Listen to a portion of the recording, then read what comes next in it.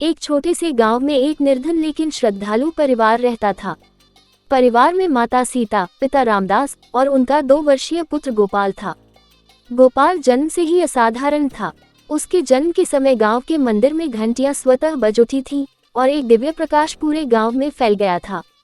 ये देखकर सभी ने कहा था कि यह बालक भगवान का विशेष आशीर्वाद लेकर आया है। गोपाल की दिनचर्या शुरू से ही ईश्वर की भक्ति से भरी हुई थी।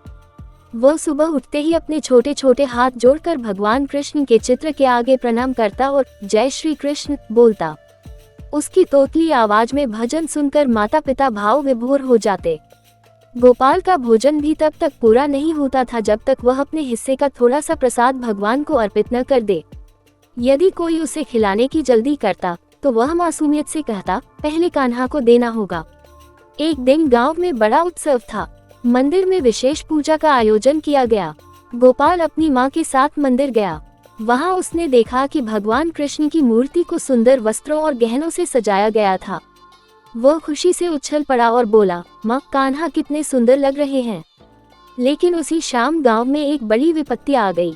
नदी का पानी अचानक बढ़ने लगा और पूरे गांव को बाढ़ का खतरा हो गया। गांव के लोग भयभीत थे और मंदिर में जाकर भगवान से प्रार्थना करने लगे। गोपाल ने ये सब देखा और माँ से कहा, मुझे कान्हा के पास जाना है। माँ ने उसे रोकने की कोशिश की, लेकिन उसकी दृढ़ता देखकर उन्होंने उसे जाने दिया। गोपाल ने मंदिर में जाकर भगवान कृष्ण की मूर्ति के पास बैठकर प्रार्थना की। वह बोला, कान्हा, ये गांव आपका है। अगर आप इसे नहीं बचाओगे तो हम कहाँ जाएंगे? कृपया हमें बचा लो। उसकी मासूम प्रार्थना और भक्ति के प्रभाव से एक चमत्कार हुआ। अचानक आसमान साफ हो गया, नदी का पानी धीरे धीरे कम होने लगा और गांव के लोग सुरक्षित हो गए।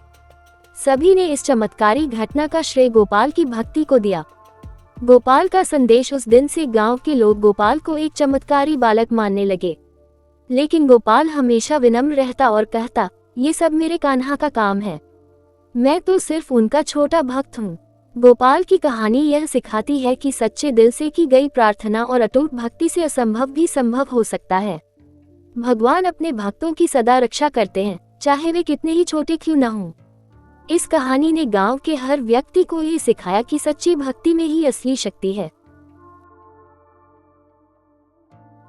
यदि कहानी पसंद आए तो इसे लाइक कर दीजिए और एक सब्सक्राइब भी कर दीजिए। इस तरह का कहानी हम लाते रहते हैं आगे देखने के लिए।